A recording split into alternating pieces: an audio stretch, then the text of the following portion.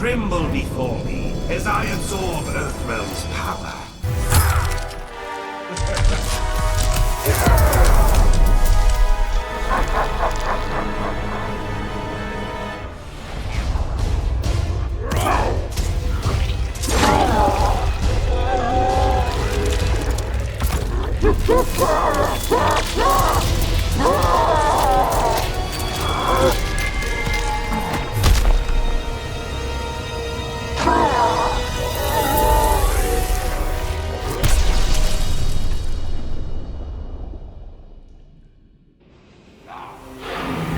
The alien tore through Shinnok's flesh, reducing him to a bloody pulp. The creature then returned to its nest in Outworld.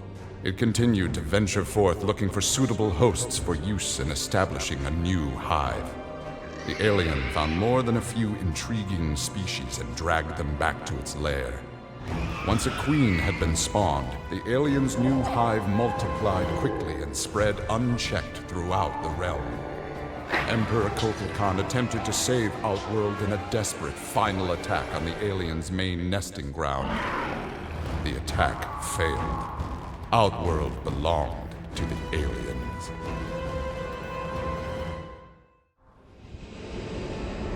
Having learned that Outworld was now protected by the Mortal Kombat tournament, Rai Cho returned to defend his homeworld. He was no friend of Kotal Kahn, but no realm deserved subjugation. Rai Cho began training Outworld warriors for the fight to come. With Rai Cho's fighting skills and leadership, Outworld repelled the Earthrealm aggressors. His former friend Raiden had been denied. Cassie Cage's impressive victory over Shinnok led Raiden to give her a new important task: hunting down a soul stealer.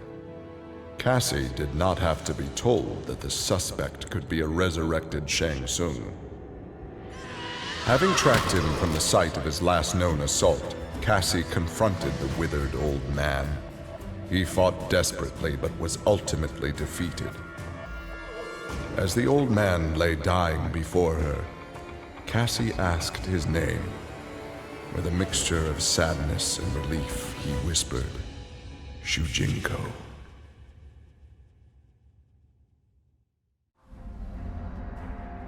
Devorah's ultimate plan was not to destroy Shinnok, but to enslave him.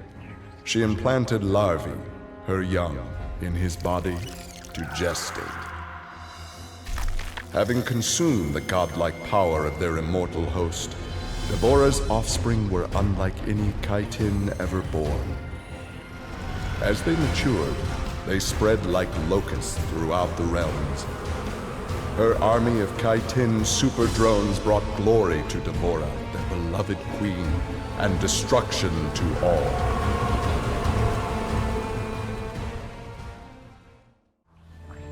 Alone once more, Ermac searched the labyrinthine corridors of Shao Kahn's old fortress, searching for the source of a faint voice calling to him. Suddenly, a wisp of dust brushed his chest, wrenching free one of his many souls. The dust took the form of a man who began to consume soul after soul. As the weakened Ermac stared helplessly, he recognized the mysterious figure. The sorcerer Shang Tsung, returned from death.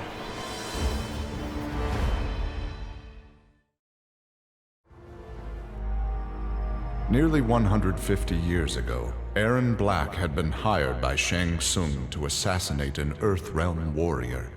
In return, Shang had slowed Black's aging process.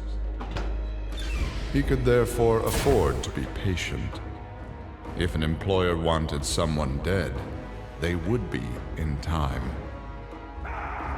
A team of young Earthrealm warriors had caused Erron Black's current employer, Kotal Kahn, much inconvenience. With the patience of a viper, Black eliminated them all.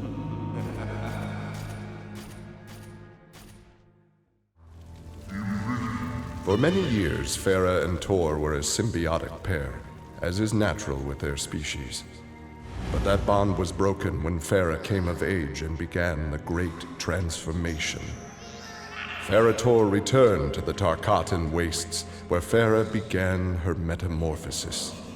The process took an agonizing 3 outworld years, during which time Torr withered and died. Now a brute, Ferra will be chosen by a rider. A new symbiotic pairing will be forged, and new battles will be won.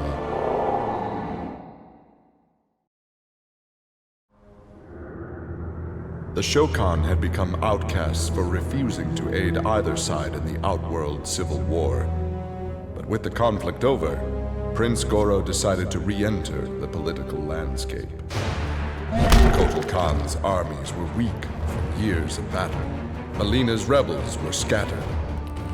It was an easy matter for the Shokan to seize control.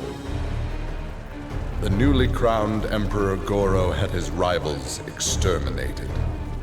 No Aztec, Khitan, Edenian, or Tarkatan would usurp his throne.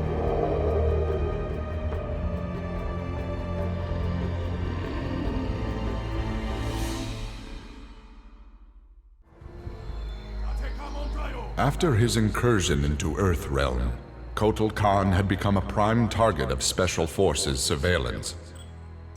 Jacqui Briggs was assigned to monitor his activity. Jacqui followed Kotal Kahn to an equatorial jungle, where he entered a hidden pyramid. Inside, he retrieved a glowing crystal skull. Jacqui attacked the Emperor and raced away with the object. Jacqui was praised for her work, but couldn't help thinking her interference was what Kotal Kahn had wanted all along.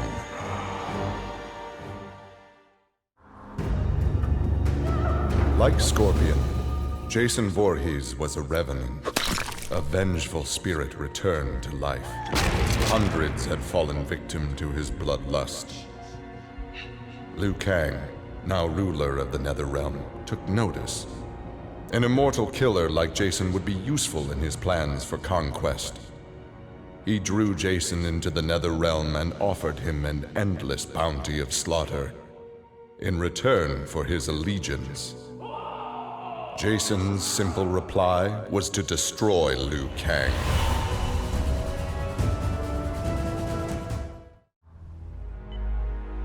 After Shinnok's fall, the hospitalized Johnny Cage asked Jax to fill in as leader of his squad. Jax agreed. It was a chance to spend time with and protect Jacqui. Boarding their transport after a routine mission, Jax's greatest fears were realized as the mercenary Erron Black sprung from the cargo bay and fired on the young heroes. Fortunately for Jacqui and her company, Jax's quick reflexes and bulletproof arms deflected the assassin's rounds. Jax quickly subdued Black, then slipped into shock as a red stain engulfed his chest.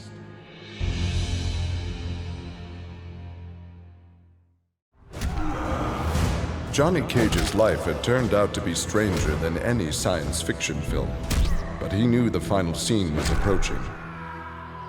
With Raiden's direction, Johnny was able to sail to Shang Tsung's abandoned island fortress, where his adventure had begun, to contemplate his future. Amid the rubble, Johnny found an ancient tome. Its pages revealed that Shang Tsung had unraveled the secret to Edenian long life. Johnny Cage's retirement would have to wait.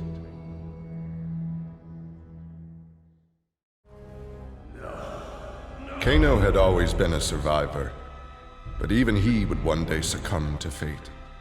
His ideals of ruthless terror would die with him, unless he could pass on his methods to a new generation. Combat, weapons, high-tech sabotage, torture, all would be part of the curriculum.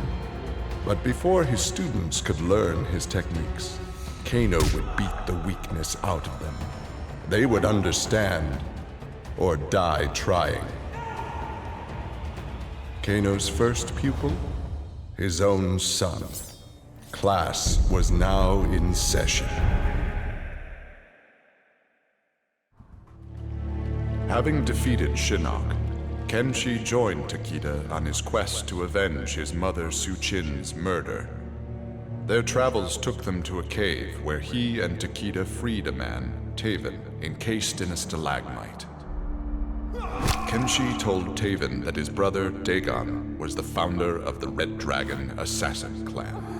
Dagon had not only murdered Su-Chin, but his and Taven's parents as well. Together, Kenshi, Takeda, and Taven lay siege to the Red Dragon base. Dagon fell victim to Kenshi's rage. Su-Chin's murder had been avenged.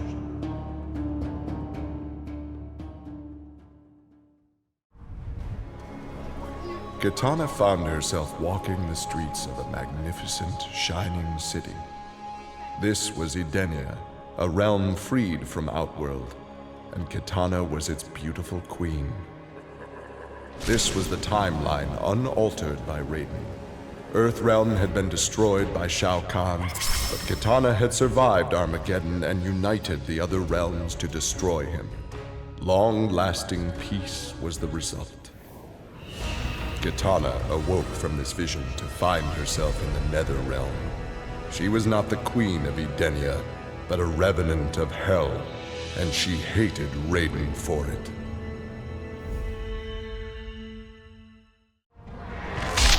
Kotal Kahn returned to Outworld determined to rebuild his forces. But Raiden defeated him in a surprise attack and claimed dominion over Outworld. Desperate, the Emperor called upon the Elder Gods to aid in preserving his sovereignty. They granted his request, invoking the most sacred of contests. Now, once every decade, Kotal Kahn must enlist his greatest defenders to face Raiden's challengers in mortal combat.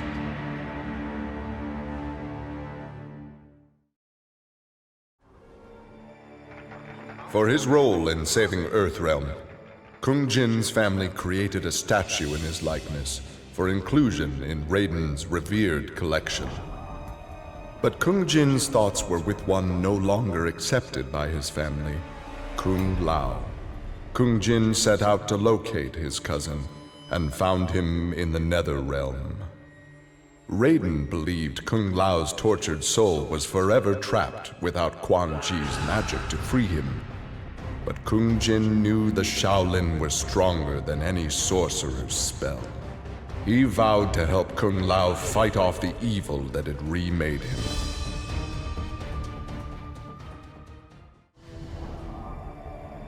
After Shinnok's defeat, Kung Lao found himself trapped in the NetherRealm, his soul corrupted by Quan Chi's dark magic. There he would have remained but for the aid of his cousin Kung Jin. Together, their Shaolin strength repelled the evil sufficiently enough for Kung Lao to escape that dark realm and control his inner demons. Compromised but not lost, Kung Lao now exists as an agent of vengeance. He will show evil no mercy.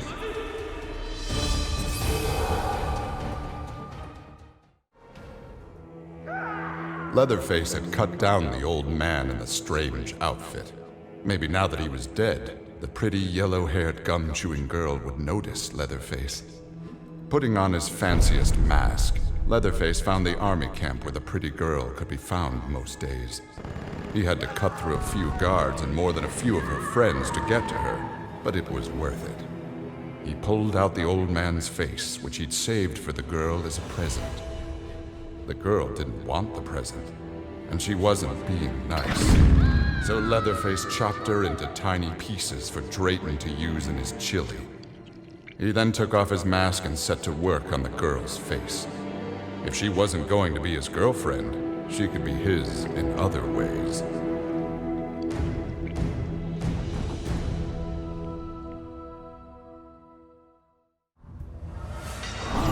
With Shinnok defeated, Liu Kang explored the NetherRealm. A world that, without Shinnok's controlling power, had descended into chaos. Liu Kang was no sorcerer or elder god, but his fighting skill was more than enough to beat NetherRealm's demons into submission. Liu Kang realized that NetherRealm was his for the taking, and that ruling appealed to him. He would assume Shinnok's throne and ponder the conquering of other realms.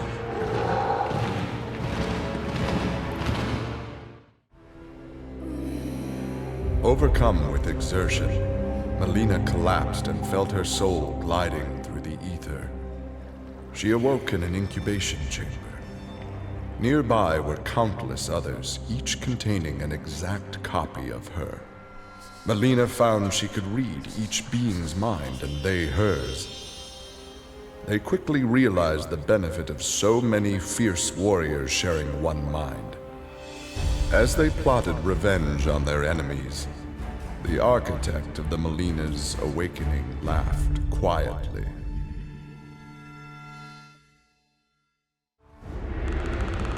This world called Earth produced many worthy opponents, which made for excellent sport. Some possessed a power previously unknown to the Predator's race, sorcery. The Predator sought to harness this new power for use in his conquests. He analyzed a trophy from a recent battle and eventually discovered its secrets. With the power of sorcery, the Predator was unstoppable and decimated whole worlds single-handedly. He had become the apex predator.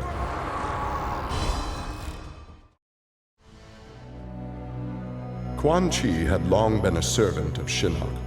His role in freeing him from imprisonment had not gone unnoticed by the Elder Gods. Shinnok was no longer a threat, but Quan Chi's actions had given rise to a new power. After much deliberation, the Elder Gods contrived a plan to rebalance this power before it grew further. Free will was burned from Quan Chi's soul and replaced with a single directive. He must kill Raiden.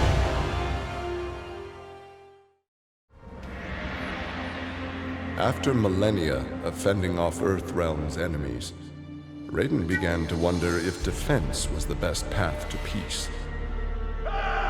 In a change of tactics, Raiden and the Shirai Ryu attacked Kotal Kahn's armies before they could rebuild.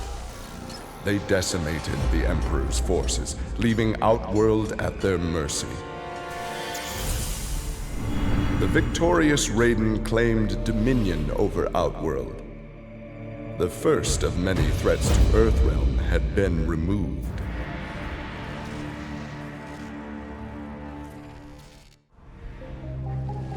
After Shinnok's defeat, Reptile was ordered to Earthrealm by Kotal Kahn to assess the damage. Such intel could prove useful in future conflicts. Stumbling upon a collapsed cavern, exposed during the crisis, Reptile was shocked to see raptors emerging from within. Unlike the rest of his race, these raptors had never left Earthrealm for the doomed realm of Zaterra, and thus had remained safe and hidden. Alone no more, Reptile vowed to remain with his rediscovered people and reclaim their Earthrealm homeland.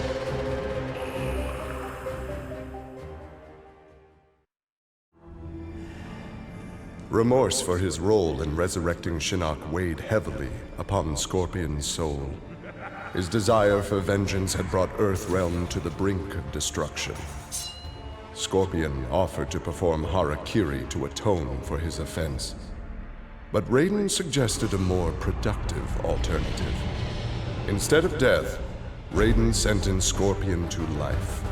He imbued Scorpion with a small portion of the Jinsei's power, linking him to Earthrealm's essence.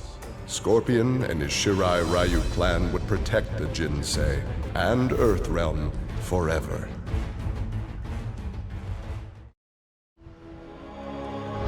Earthrealm belonged to Shinnok. It became the staging area from which he would finish his war on the Elder Gods, which began eons ago. The Elder Gods had lied to the denizens of the realms. They were not individual beings, but merely parts of a greater collective known as the One Being. Shinnok would merge the realms and awaken him. Whole once more, the One Being devoured the Elder Gods. Shinnok watched with satisfaction. This reality had finally come to an end.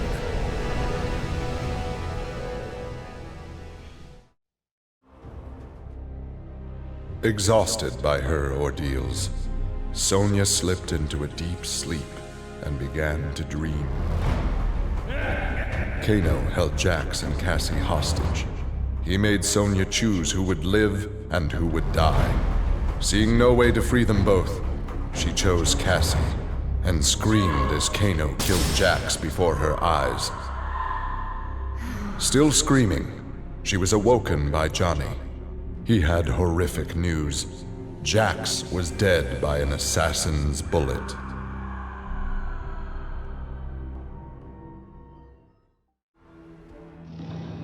Grandmaster Sub-Zero knew his Lin Kuei clan would need more than martial arts to stave off future threats to Earthrealm. In the frozen reaches of Outworld, he found the answer. A female frost dragon with a clutch of eggs. With his ability to freeze, Sub-Zero hatched the Dragonlings. They accepted their Lin Kuei masters and their training as combat mounts. With a force of dragon riders, the Lin Kuei's ferocity became legend. None dared risk conflict with Earthrealm.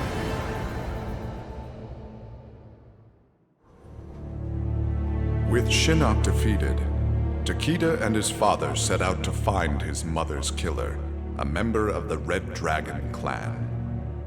Special Forces tech enabled Takeda to locate the clan's base and disguise himself and Kenshi as they infiltrated their ranks. Deep within the mountain stronghold, Takeda discovered an actual dragon, a prisoner of the clan. The creature used its magic to divine the murderer's name, then transport Takeda and Kenshi to a faraway cave. There they discovered a man encased in a stalagmite. The dragon had said this man would also have reason to confront Su Qin's killer. Takeda began to free him.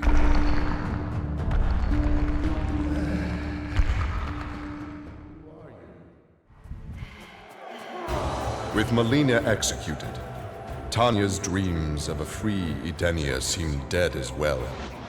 She and the other rebels were fugitives from Kotal Kahn's justice. Her fellow Edenian, Raiden, had proved a powerful ally and a satisfactory consort, but he had become useless to her. In exchange for leniency, Tanya informed the Khan of Raiden's whereabouts. Imprisoned, but alive, Tanya's plotting began anew.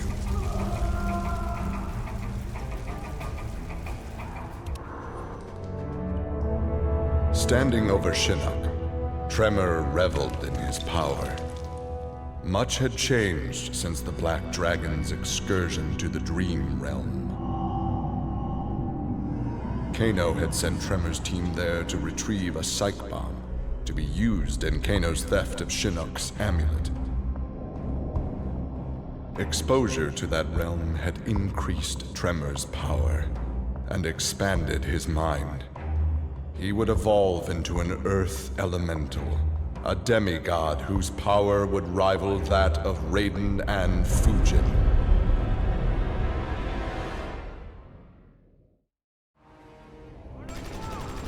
After destroying Shinnok, Triborg turned his attention to the Special Forces. General Blade and the others fought valiantly, but their human weaknesses led to their inevitable defeat. Now with access to the SF computer network, Triborg used it to interface with the Lin Kuei storage drives from which he was spawned. He saved the brainwave data of dozens of his Lin Kuei brothers and sisters to the SF servers. The SF laboratories provided the materials necessary for Triborg to create cybernetic bodies for each one. Soon the downloads were complete, the Cyber Lin Kuei had been reformed. But because Sub-Zero had forever sullied the clan's name, Triborg decided to begin anew. He would henceforth be known as the leader of the deadliest clan in all the realms, the Takunin.